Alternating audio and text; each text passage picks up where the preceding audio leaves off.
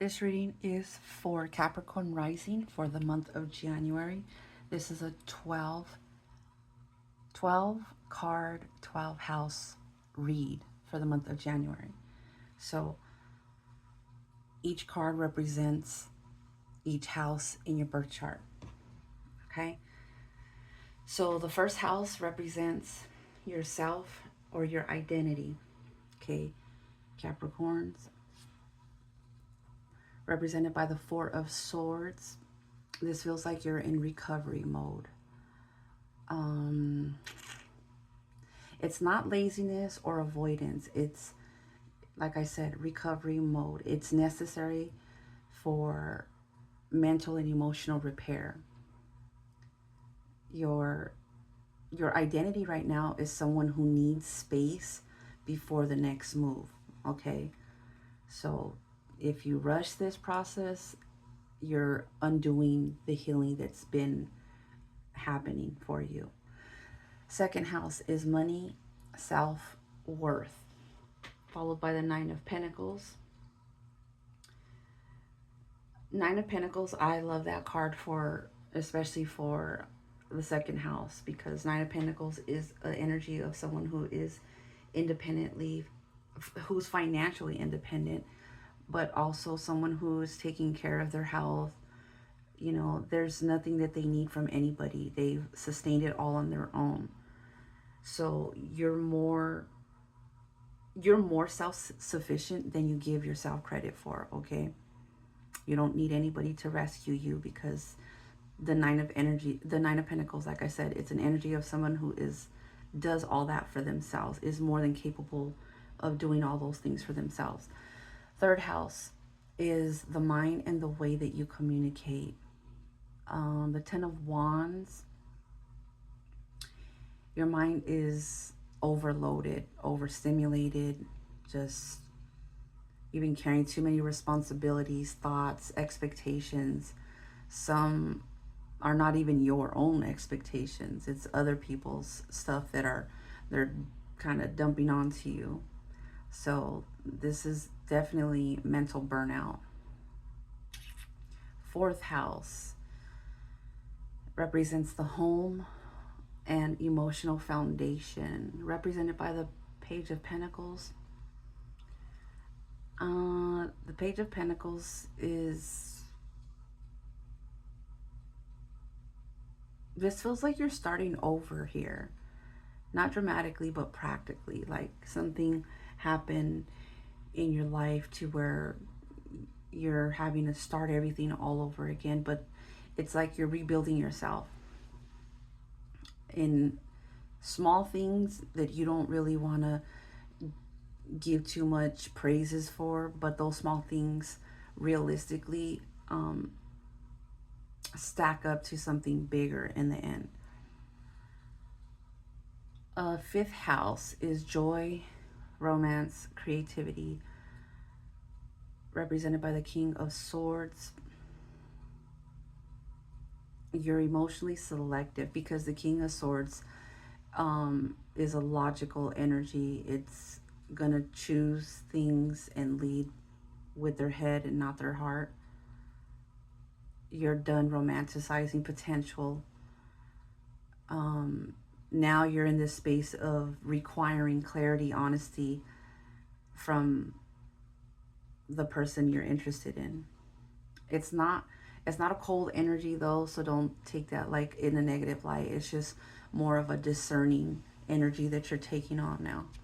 Sixth house is your health and daily life routine, represented by the Knight of Cups.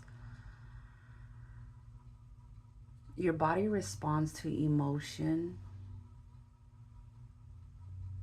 but routine alone won't heal you.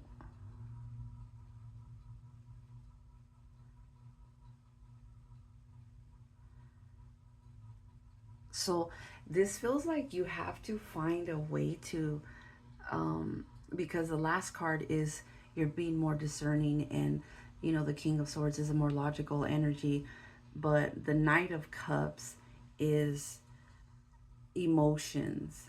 So somewhere between your fifth and your sixth house is where you're going to have to find that perfect balance of needing both for your healing and for discerning, if that makes any sense. Seventh house is relationships, all relationships, platonic, romantic, or business.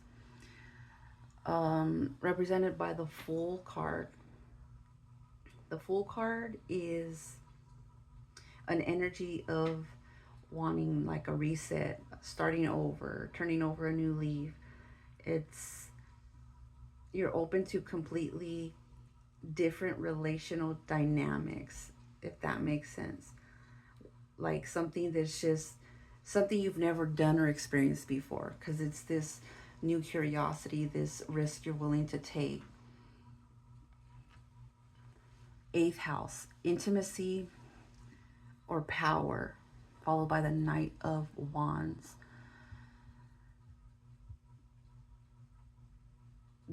The Knight of Wands makes you feel this desire to waking back up, to reconnecting with passion, but not impulsive, because the Knight of Wands could be an impulsive energy, one foot in, one foot out type of energy. This feels more of like reconnecting for sure, but not in an impulsive way. So, um, I would focus more on being grounded so it doesn't turn into you doing something impulsively. Ninth house, beliefs or meaning, followed by the Hermit card. The Hermit card, again, it's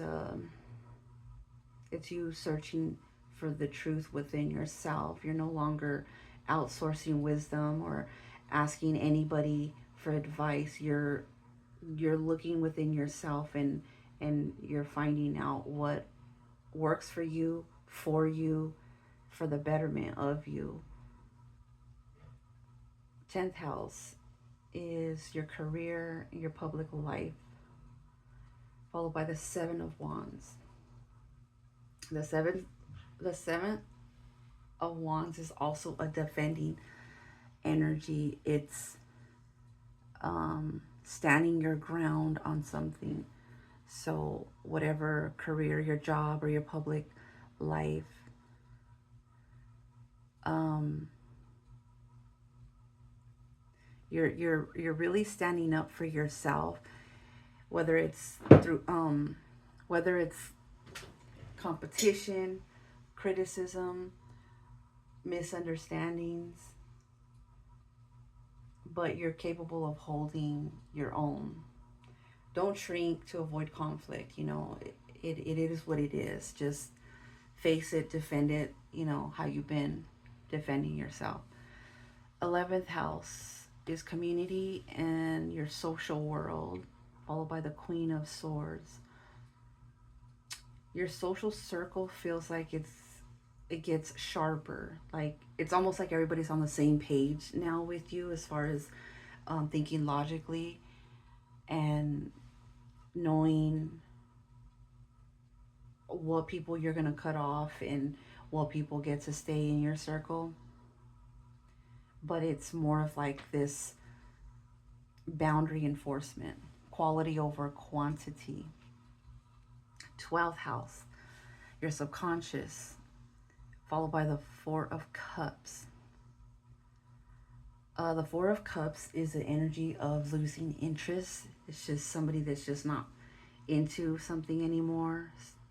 Um, but it's also a card of, because your mind is kind of somewhere else, there could be a missed opportunity, because when you first look at a situation, it doesn't look exciting enough, and you just kind of like don't really put too much focus on that. But not every blessing arrives loud, okay? So try to be a little more um, willing to receive, or at least give it a chance long enough to be discerning, because it's kind of like it doesn't spark your interest right away, so you just push it off to the side. But that could be a blessing or a missed opportunity. Okay, so that's what I got for Capricorn rising for the month of January. If you want personal readings, information will be in the description below. I'll see you guys in the next video.